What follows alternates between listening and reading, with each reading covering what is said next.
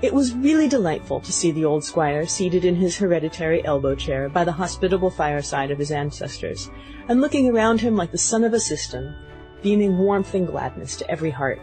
There's an emanation from the heart in genuine hospitality which cannot be described, but it's immediately felt, and puts the stranger at once at his ease. I had not been seated many minutes by the comfortable hearth of the worthy cavalier before I found myself as much at home as if I'd been one of the family.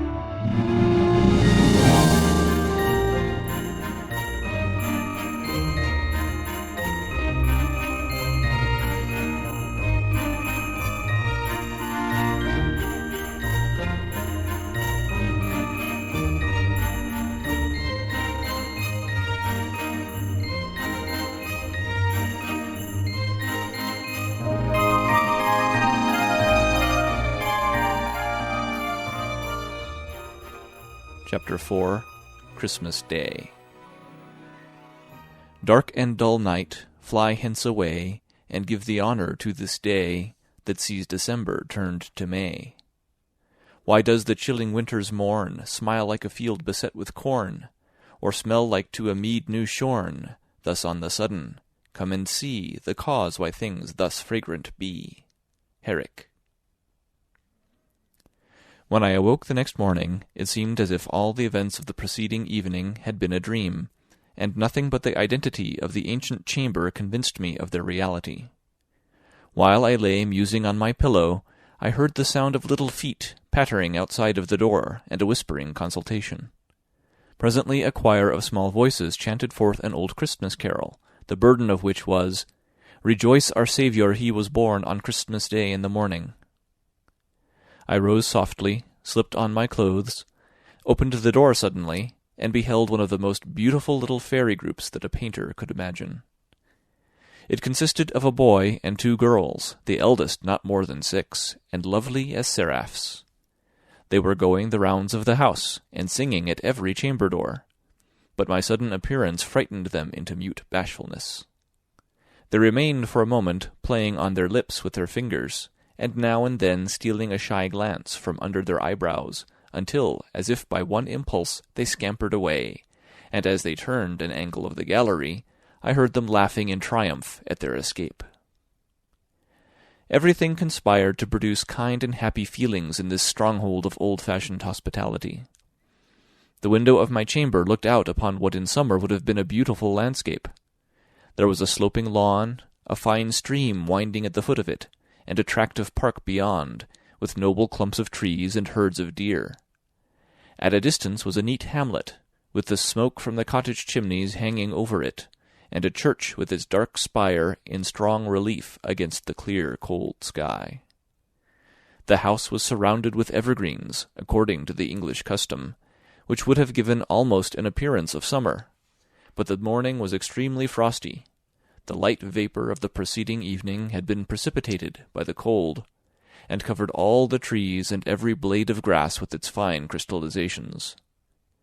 The rays of a bright morning sun had a dazzling effect among the glittering foliage. A robin, perched upon the top of a mountain ash that hung its clusters of red berries just before my window, was basking himself in the sunshine, and piping a few querulous notes, and a peacock was displaying all the glories of his train, and strutting with the pride and gravity of a Spanish grandee on the terrace walk below. I had scarcely dressed myself, when a servant appeared to invite me to family prayers. He showed me the way to a small chapel in the old wing of the house, where I found the principal part of the family already assembled in a kind of gallery, furnished with cushions, hassocks, and large prayer-books. The servants were seated on benches below. The old gentleman read prayers from a desk in front of the gallery, and Master Simon acted as clerk and made the responses, and I must do him the justice to say that he acquitted himself with great gravity and decorum. The service was followed by a Christmas carol, which Mr. Bracebridge himself had constructed from a poem of his favourite author Herrick, and it had been adapted to an old church melody by Master Simon. As there were several good voices among the household, the effect was extremely pleasing, but I was particularly gratified by the exaltation of heart and sudden sally of grateful feeling with which the worthy squire delivered one stanza, his eyes glistening and his voice rambling out of all the bounds of time and tune. "'Tis thou that crown'st my glittering hearth with guiltless mirth, and giv'st me wassail bowls to drink, spiced to the brink. Lord, 'tis thy plenty-dropping hand that soils my land, and giv'st me for my bushels sown twice 10 for 1. I afterwards understood that early morning service was read on every Sunday and Saint's Day throughout the year, either by Mr. Bracebridge or by some member of the family. It was once almost universally the case at the seats of the nobility and gentry of England, and it is much to be regretted that the custom is fallen into neglect, for the dullest observer must be sensible of the order and serenity prevalent in those households, where the occasional exercise of a beautiful form of worship in the morning gives, as it were, the keynote to every temper for the day, and attunes every spirit to harmony. Our breakfast consisted of what the squire denominated true old English fare.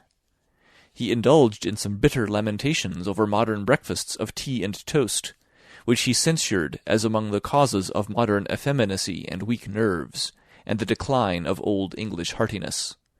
And though he admitted them to his table to suit the palates of his guests, yet there was a brave display of cold meats, wine, and ale on the sideboard. After breakfast I walked about the grounds with Frank Bracebridge and Master Simon, or Mr. Simon, as he was called by everybody but the squire. We were escorted by a number of gentleman-like dogs, that seemed loungers about the establishment, from the frisking spaniel to the steady old staghound, the last of which was of a race that had been in the family time out of mind. They were all obedient to a dog-whistle which hung to Master Simon's buttonhole, and in the midst of their gambols would glance an eye occasionally upon a small switch he carried in his hand. The old mansion had a still more venerable look in the yellow sunshine than by pale moonlight, and I could not but feel the force of the squire's idea, that the formal terraces, heavily moulded balustrades, and clipped yew trees carried with them an air of proud aristocracy. There appeared to be an unusual number of peacocks about the place, and I was making some remarks upon what I termed a flock of them, that were basking under a sunny wall, when I was gently corrected in my phraseology by Master Simon, who told me that, according to the most ancient and approved treatise on hunting, I must say a muster of peacocks.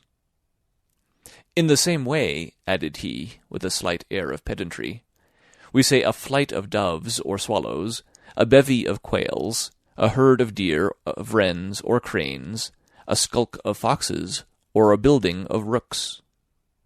He went on to inform me that, according to Sir Anthony Fitzherbert, we ought to ascribe to this bird both understanding and glory, for, being praised, he will presently set up his tail chiefly against the sun, to the intent you may the better behold the beauty thereof. But at the fall of the leaf, when his tail falleth, he will mourn and hide himself in corners, till his tail come again as it was. I could not help smiling at this display of small erudition on so whimsical a subject. But I found that the peacocks were birds of some consequence at the Hall, for Frank Bracebridge informed me that they were great favourites with his father, who was extremely careful to keep up the breed, partly because they belonged to chivalry, and were in great request at the stately banquets of the olden time, and partly because they had a pomp and magnificence about them, highly becoming an old family mansion. Nothing, he was accustomed to say, had an air of greater state and dignity than a peacock perched upon an antique stone balustrade. Master Simon had now to hurry off, having an appointment at the parish church with the village choristers, who were to perform some music of his selection. There was something extremely agreeable in the cheerful flow of animal spirits of the little man, and I confess I had been somewhat surprised at his apt quotations from authors who certainly were not in the range of everyday reading. I mentioned this last circumstance to Frank Bracebridge, who told me with a smile that Master Simon's whole stock of erudition was confined to some 6 old authors, which the squire had put into his hands, and which he read over and over whenever he had a studious fit, as he sometimes had on a rainy day or a long winter evening. Sir Anthony Fitzherbert's Book of Husbandry, Markham's Country Contentments, the Treatise of Hunting by Sir Thomas Cockayne, Knight, Isaac Walton's Angler, and 2 or 3 more such ancient worthies of the pen were his standard authorities, and, like all men who know but a few books, he looked up to them with a kind of idolatry, and quoted them on all occasions. As to his songs, they were chiefly picked out of old books in the squire's library, and adapted to tunes that were popular among the choice spirits of the last century. His practical application of scraps of literature, however, had caused him to be looked upon as a prodigy of book knowledge by all the grooms, huntsmen, and small sportsmen of the neighbourhood.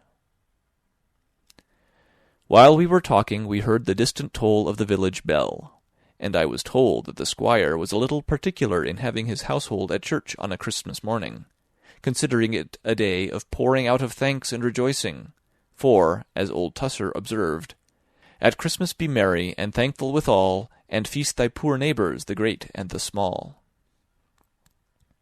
"If you are disposed to go to church," said Frank Bracebridge, "I can promise you a specimen of my cousin Simon's musical achievements. As the church is destitute of an organ, he has formed a band from the village amateurs, and established a musical club for their improvement. He has also sorted a choir, as he sorted my father's pack of hounds, according to the directions of Gervase Markham in his Country Contentments.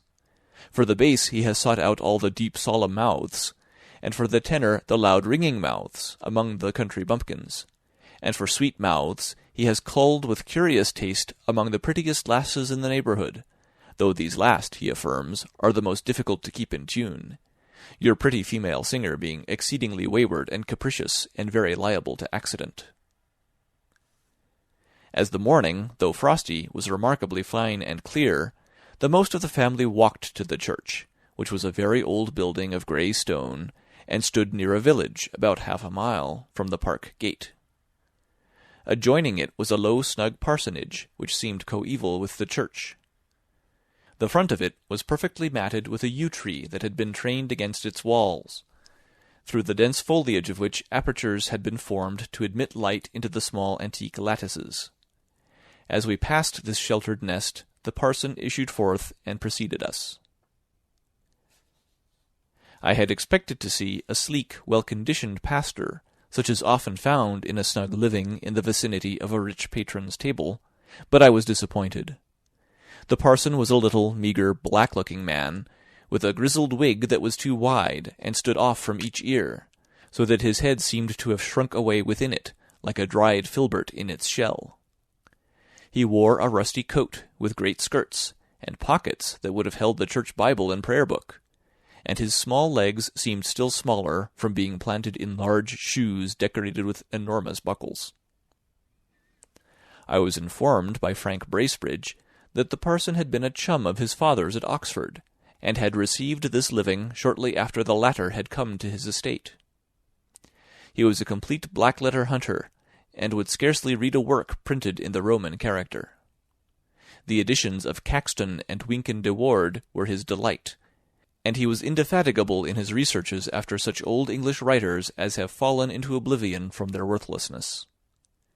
In deference, perhaps, to the notions of Mr. Bracebridge, he had made diligent investigations into the festive rites and holiday customs of former times, and had been as zealous in the inquiry as if he had been a boon companion, but it was merely with that plodding spirit with which men of adust temperament follow up any track of study, merely because it is denominated learning, indifferent to its intrinsic nature, whether it be the illustration of the wisdom, or of the ribaldry and obscenity of antiquity.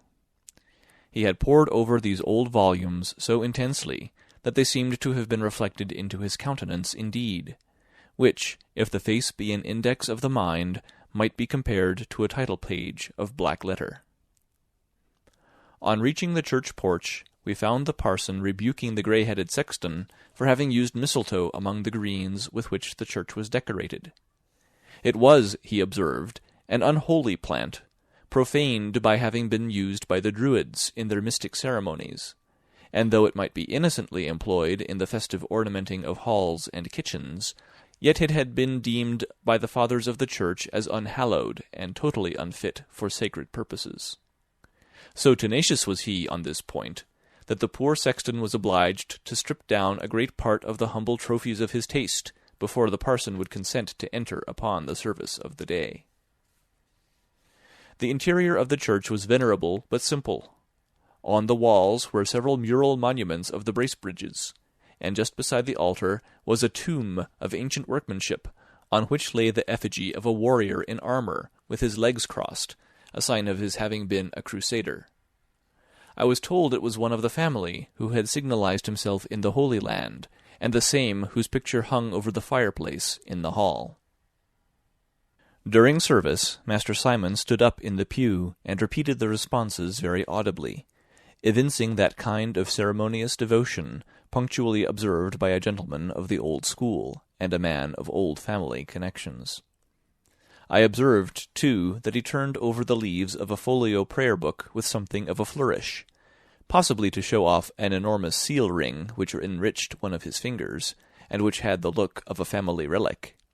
But he was evidently most solicitous about the musical part of the service, keeping his eye fixed intently on the choir, and beating time with much gesticulation and emphasis. The orchestra was in a small gallery, and presented a most whimsical grouping of heads, piled one above the other, among which I particularly noticed that of the village tailor, a pale fellow with a retreating forehead and chin, who played on the clarionet, and seemed to have blown his face to a point, and there was another, a short pursy man, stooping and labouring at a bass viol, so as to show nothing but the top of a round bald head, like the egg of an ostrich. There were 2 or 3 pretty faces among the female singers, to which the keen air of a frosty morning had given a bright rosy tint.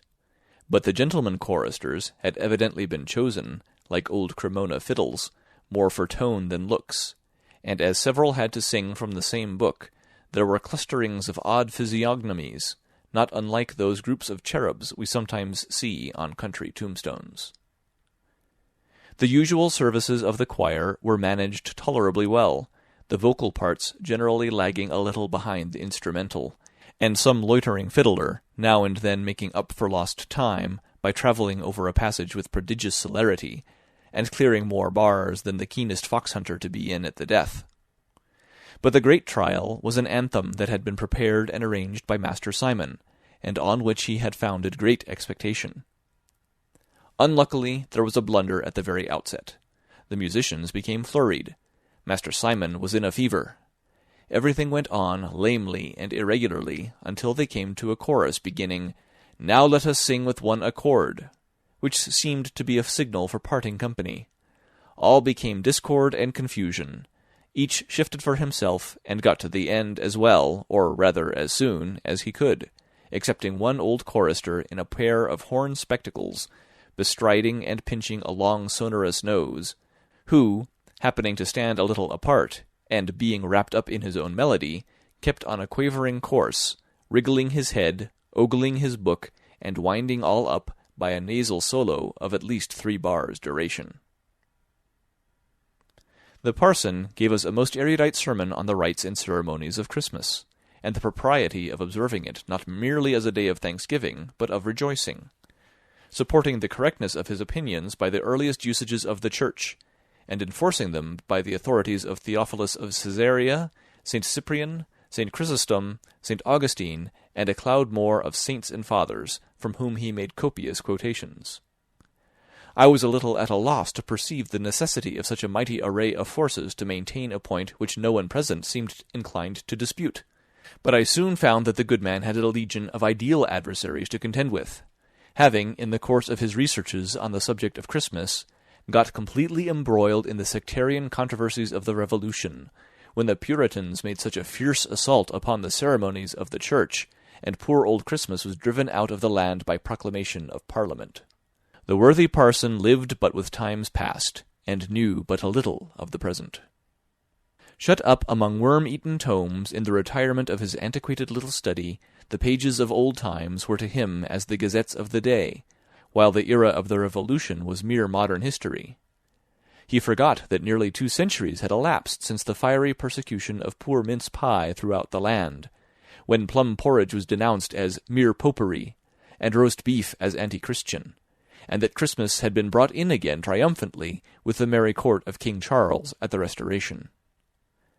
He kindled into warmth with the ardour of his contest, and the host of imaginary foes with whom he had to combat, had a stubborn conflict with old Prynne and 2 or 3 other forgotten champions of the Roundheads on the subject of Christmas festivity, and concluded by urging his hearers, in the most solemn and affecting manner, to stand to the traditionary customs of their fathers, and feast and make merry on this joyful anniversary of the Church. I have seldom known a sermon attended apparently with more immediate effects, for, on leaving the church, the congregation seemed one and all possessed with the gaiety of spirit so earnestly enjoined by their pastor. The elder folks gathered in knots at the churchyard, greeting and shaking hands, and the children ran about crying, "Yule, Yule," and repeating some uncouth rhymes, which the parson, who had joined us, informed me had been handed down from days of yore. The villagers doffed their hats to the squire as he passed, giving him the good wishes of the season with every appearance of heartfelt sincerity, and were invited by him to the hall, to take something to keep out the cold of the weather. And I heard blessings uttered by several of the poor, which convinced me that, in the midst of his enjoyments, the worthy old cavalier had not forgotten the true Christmas virtue of charity. On our way homeward his heart seemed overflowing with generous and happy feelings. As we passed over a rising ground which commanded something of a prospect, the sounds of rustic merriment now and then reached our ears. The squire paused for a few moments and looked around with an air of inexpressible benignity. The beauty of the day was of itself sufficient to inspire philanthropy. Notwithstanding the frostiness of the morning, the sun in his cloudless journey had acquired sufficient power to melt away the thin covering of snow from every southern declivity, and to bring out the living green which adorns an English landscape even in midwinter. Large tracts of smiling verdure contrasted with the dazzling whiteness of the shaded slopes and hollows. Every sheltered bank on which the broad rays rested yielded its silver rill of cold and limpid water, glittering through the dripping grass, and sent up slight exhalations to contribute to the thin haze that hung just above the surface of the earth. There was something truly cheering in this triumph of warmth and verdure over the frosty thraldom of winter. It was, as the squire observed, an emblem of Christmas hospitality, breaking through the chills of ceremony and selfishness, and thawing every heart into a flow. He pointed with pleasure to the indications of good cheer reeking from the chimneys of the comfortable farmhouses and low thatched cottages. "I love," said he, "to see this day well kept by rich and poor. It is a great thing to have one day in the year, at least, when you are sure of being welcome wherever you go, and of having, as it were, the world all thrown open to you. And I am almost disposed to join with poor Robin in his malediction of every churlish enemy to this honest festival. Those who at Christmas do repine, and would fain hence dispatch him, may they with old Duke Humphrey dine, or else may Squire Ketch catch 'em."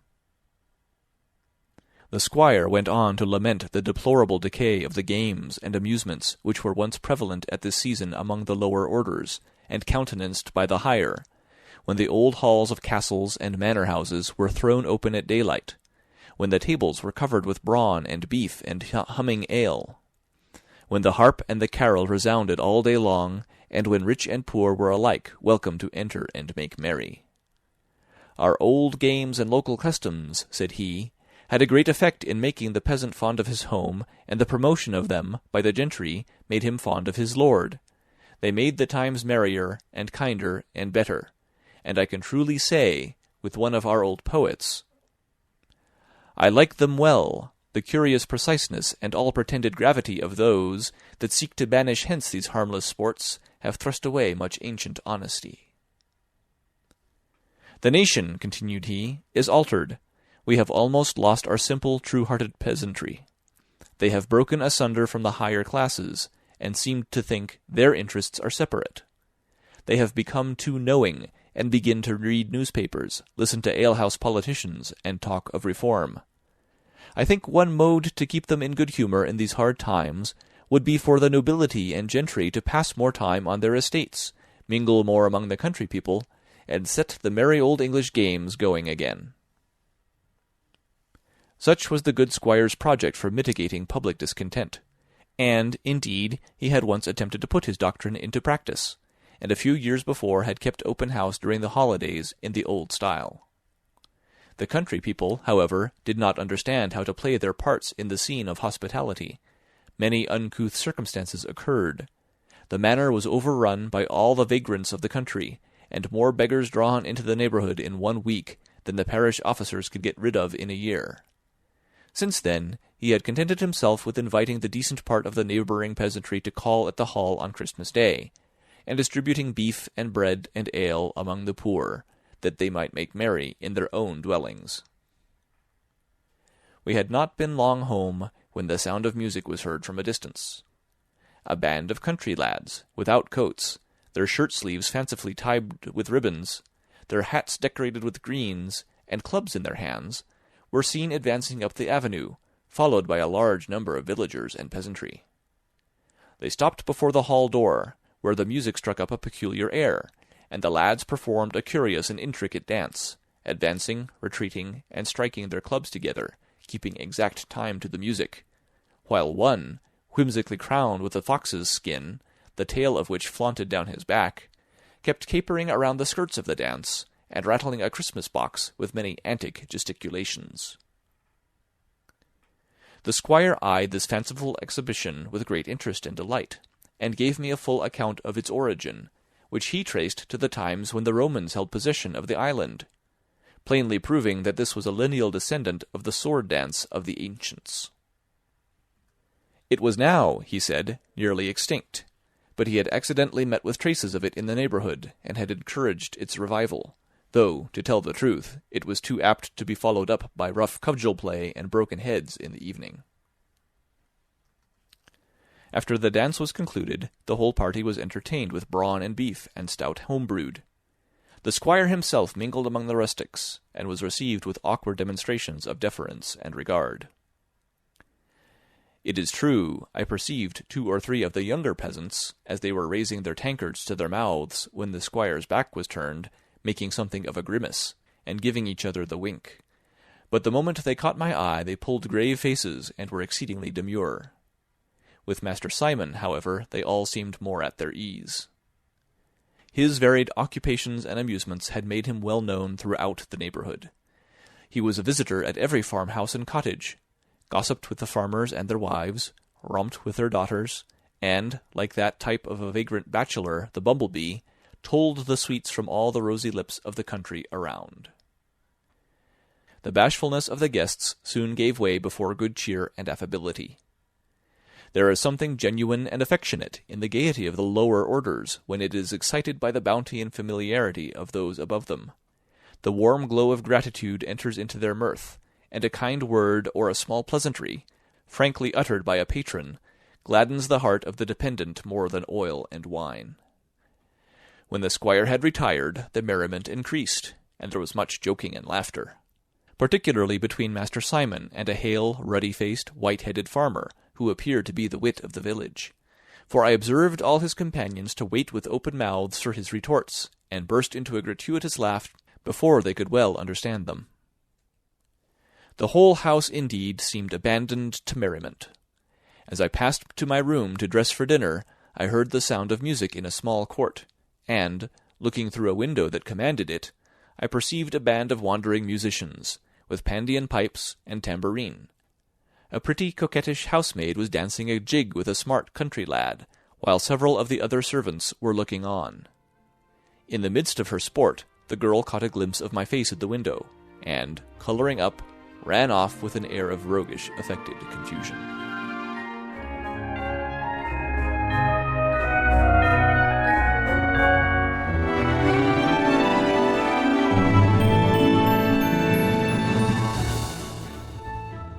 Suddenly the butler entered the hall with some degree of bustle, and bore a silver dish on which was an enormous pig's head. The moment this pageant made its appearance, the young Oxonian gave an old carol. Caput apri de ferro, redens laudes domino. The boar's head in hand bring I, with garlands gay and rosemary. I pray you all sing merrily, qui estis in convivio.